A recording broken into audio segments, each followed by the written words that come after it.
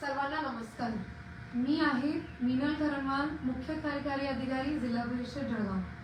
आज coffee with CO या उपक्रमेला माझ्यासोबत उपस्थित आहे डाएटचे प्राचार्य डॉक्टर अनिल झोपे सर, त्यांच्यासोबत आहे डॉक्टर सालुंखे साहेब, त्यांच्यासोबत उपस्थित आहे आमचे शिक्षण अधिकारी प्राथमिक परदेशीजी आणि आमचे 3 अतिशय टॅलेंटेड शिक्षक ज्यांनी त्यांची ओळख करून घ्यायची. सर, तुमचं काय नाव आणि कुठल्या शाळेला? नमस्कार, मी योगेश मनोहर जाधव आणि मी जिल्हा परिषद उच्च प्राथमिक शाळा माचला, तालुका चौकडा या शाळेत सेवा करतो. मॅडम, तुमचं काय? माझं नाव सौभाग्य किरण पाटील, जिल्हा परिषद शाळा शेळगाव, तालुका गाव. नमस्कार, माझे नाव गजेश्री दगडू पाटील, मी जिल्हा परिषद प्राथमिक कन्या शाळा कळमडू, तालुका चाळीसगाव येथे कार्यरत आहे. आम्ही जिल्हा परिषद मध्ये असं विचार केलं की आपण सगळे मिळून एवढे उपक्रम करतो आणि यावर्षी आम्हाला असं टार्गेट आहे की आम्ही FLN-1 फाउंडेशनल लर्निंग न्यूमरसी हे 100% मुलांची 100% पूर्ण करूया आणि त्याच्याही पुढे जाऊन नॅसवर काम करूया. पण नेमकं behind the scene, behind the curtain काय चालतंय त्याच्यासाठी प्रत्येक 15 दिवस आपण एक असं कॉफी विथ सीओ घेऊ आणि शिक्षकांना विचारू की नेमकं प्रशासनाबद्दल, शिक्षणाबद्दल त्यांचे काय विचार आहे. तर पहिला प्रश्न आहे सर तुम्हाला की एवढं वर्षांपासून आपण FLN बद्दल, नास बद्दल बोलत आहोत की पूर्ण होत नाही, एवढे NGO कामं करतात याचा, ते म्हणतात बाबा शासन झोपलेलं आहे, नेमकं काय चाललंय खाली आम्हाला समजत नाही. असंची प्रत्येक रिपोर्ट आली की फक्त 20% मुलांना वाचते ते वर्षानुवर्षापासून. तर नेमकं तुम्हाला काय वाटते की एवढी पगारी देऊन खर्च करून जर शासन म्हणून विचार करायचं तर का FLN पूर्ण का नाही व्हायला? FLN साठी ज्या अडचणी सांगितल्या जातात त्याची प्रमुख अडचण आहे की त्याच्यावरचं सोल्युशन हे की आपण शिक्षक आणि विद्यार्थी यांच्यातला जो सुसंवाद आहे, तो सुसंवाद एक कंपॅशनच्या दृष्टिकोनातून जर झाला तर FLNच्या ज्या अडचणी आहेत त्या सगळ्या अडचणी दूर होतील. आणि मग हा चर्चा का होत नाही शिक्षक आणि मुलांमध्ये? ते प्रत्येक शिक्षकाने शेवटी आपल्यातलं मातृत्व जागा ठेवणं गरजेचं आहे. म्हणजे सिन्सिअरिटी कुठेतरी गरजेची वाटते.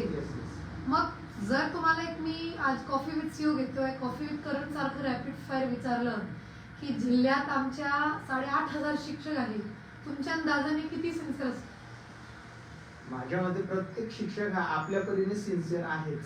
मग चुकतो कुठं आपण? कमी कुठे पडायले? फक्त शिक्षक आणि विद्यार्थी यांच्यामध्ये कुठेतरी सुसंवादाची थोडीशी केसा एवढी तरी जरी जागा राहिली तरी थोडस त्या ठिकाणी दरार पडण्यास असं वाटतं मला. आणि ते तो सुसंवाद फार महत्वाचा आहे, म्हणजे ममत्व फार महत्वाचं आहे. मग तुम्ही शिक्षक मंडळाचे असून तुम्ही आपलं सांगितलं नाही ते एवढं, पण ठीक आहे. म्हणजे सरांचं म्हणणं आहे की शिक्षक आणि मुलं जर एक मातृत्वाच्या भावनाने एक दुसऱ्यांशी संवाद केलं, मग शिक्षकांची काय मनात चाललंय किंवा मुलांना नेमकं काय हवं आहे त्या वर्गात. एका पाड्यावरची शाळा वेगळी असते, तिथे काय गरज आहे त्या शिक्षकांना नेमकं माहीत राहिलं पाहिजे. त्यांनी संवाद करून त्यांच्यापर्यंत पोहोचण्याचा प्रयत्न केला पाहिजे, हे तुमचं म्हणणं आहे. बरोबर आहे मॅडम. आता तुमच्याकडे येऊ आणि आपण म्हणतो की काय शिक्षक अतिशय टॅलेंटेड असतात म्हणून आज झोपे सरांनी तुम्हाला इथे बोलवलं, पण साळुंखे पण बोलवलं. मग तुम्ही तुमच्या वर्गात असं काय केलंय? बघा, सगळे 8,000 शिक्षक एका पातळीवर आहेत, त्यांची सारखी पगार आहे, सारखी सीओ आहे, सारखी डाएट सर आहे, सारखी परदेशी सर आहे. मग तुम्ही असं काय वेगळं करायला की तुमची मुलं 100% FLN आहे? मॅडम, अगोदर तर 100% मुलं शिकली पाहिजे हे उद्दिष्ट ठरवल्यामुळे त्याच्या दृष्टीने माझी वाटचाल आहे. आणि सरांनी जे म्हटलं की मातृत्व पाहिजे त्याच्यासाठी मी जोडते की खरंच शिक्षकांना म्हटलं की ही माझी मुलं आहे, माझा स्वतःचा मुलगा शिकतो तर त्याला सगळ्या गोष्टी येतात, तसं शाळेच्या प्रत्येक मुलाला आलं पाहिजे. म्हणजे तुम्ही कधी दृष्टिकोन ठेवत नाही की एखादं मुलं किंवा मुलगी मतिमंद असू शकते? म्हणजे काय काय शिक्षक असं म्हणतात, मॅडम माझ्या वर्गामध्ये 40 मुलं आहेत पण हे 10 तर काहीच केलं शिकत नाही. 10 एवढा आकडा नाही होऊ शकत. ती शारीरिक विकलांग असेल तर आपण म्हणू शकतो, पण जर ती परफेक्ट आहे शारीरिक मानसिक तर ती शिकू शकते. मग तुम्ही काय काय उपक्रम घेतले समजा तुमच्या वर्गात? मॅडम अगोदर सगळ्यांना शिकवून पाहिलं पहिलीपासून जर घेतलं तर माझ्या पहिलीमुळेच मॅडम 80% मी पहिलीच तयार केला. बेस जर पक्का झाला ना मॅडम तर इयरचं पुढे येणारच नाही. तर पहिलीमध्ये जर बरोबर शिक्षकाने अगदी जीव ओतून मुलांकडे लक्ष दिलं म्हणजे काय, तुम्ही जेव्हा वर्गात राहतात तर तुम्ही असं लेक्चरर सारखं नाही. शिकवतात नाही, पहिलीच्या मुलांना मुलांना? मुलगा होऊन बसून शिकावं लागतं मॅडम, हात धरून शिकावं एखाद्या लागतं. प्रकल्प उपक्रम सांगू शकतात का तुमचं तुम्ही? मॅडम आता समजा काही मुलांना लहान मुलांना लिहायला प्रॉब्लेम येतो, त्यांना वाटतं की आता काय लिहायचं म्हणते कंटाळा करतात, मग बाहेर जायचं परिसरात त्यांना आपल्या बागेमध्ये काड्या दगड असतात ते घेऊन त्यांना आकाराला लावायचे. आणि हे करायला कोणी सांगितलं का तुम्हाला? नाही. सीओ नाही, नाही. शिक्षण अधिकारी नाही, डाएट नाही, स्वतःच्या मनाने करून टाकलं. म्हणजे माझं हेच म्हणणं आहे, जर तुम्ही ठरवलं ना मग तुम्ही किती उपक्रम राबवा त्याला महत्व नाही, तुमचं ठरवणं महत्वाचं. तुमचं वेगळं शिक्षण पण नाही, तुम्ही भारतात बीएड डीएड सादर केलेलं आहे. कारण की हे पण सांगणं खूप गरजेचं आहे की कधी कधी समजा एनजीओ वगैरे येतात किंवा बाहेरचे लोक आमच्यावर टीका टिप्पणी करतात की बाबा आमच्या शिक्षकांना अशी ट्रेनिंग द्या, इथून आलेली, हार्वर्डहून आलेली, ऑक्सफर्डहून आलेली, काय जपानहून आलेली.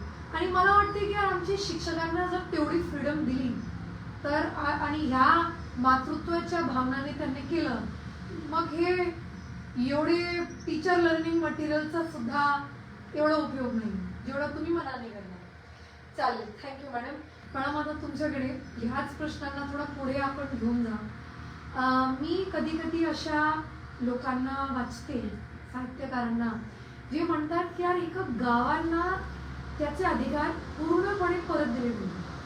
म्हणजे एक वेळ होती की शिक्षक स्वतः ठरवायचं माझ्या शाळेतले मुलं काय शिकणार आणि कसं शिकणार. गाव त्याला पगार द्यायचे, कपडे द्यायचे, राहण्याला घर द्यायचे, त्यांच्या कुटुंबासाठी जेवण द्यायचं आणि एक इंडिपेंडेंट मॉडेल होतं तेव्हा शाळेचं, ज्याला आपण गुरुकुल बनवत होतो. आणि तेव्हा बहुतेक मुलांना समजा या गावात पाऊस पडत नाही मग शेती असं करायची, असे प्रश्न तेव्हा मुलांना शिकवायचे. मग तुम्हाला मी एक शिक्षक म्हणून एक प्रश्न विचारते की आम्ही प्रशासन म्हणून एवढं कंट्रोल करतो का तुम्हाला की नाही असंच अक्षर शिकवायला पाहिजे, असंच हे पुस्तकानुसार केलं पाहिजे, एवढं सिलेबस आहे. जरी तिसऱ्याच्या मुलांना 10वीचं शिकवायचं आहे तर शिकू शकत नाही कारण की एवढंच शिकायला पाहिजे त्यांना. तुम्हाला काय वाटतं असे मुलं पण असतात का ज्यांना जास्त शिकायची आवड आहे, एवढे ब्राईट असतात, तर शिक्षकांना तेवढी पॉवर, फ्रीडम, क्रिएटिव्हिटीची दिली पाहिजे. माझ्या वर्गाची मी संपूर्ण मालक असली पाहिजे. माझ्यासाठी महत्त्वाचे, तुमच्यापेक्षाही महत्त्वाचे माझ्यासमोरचे माझे विद्यार्थी.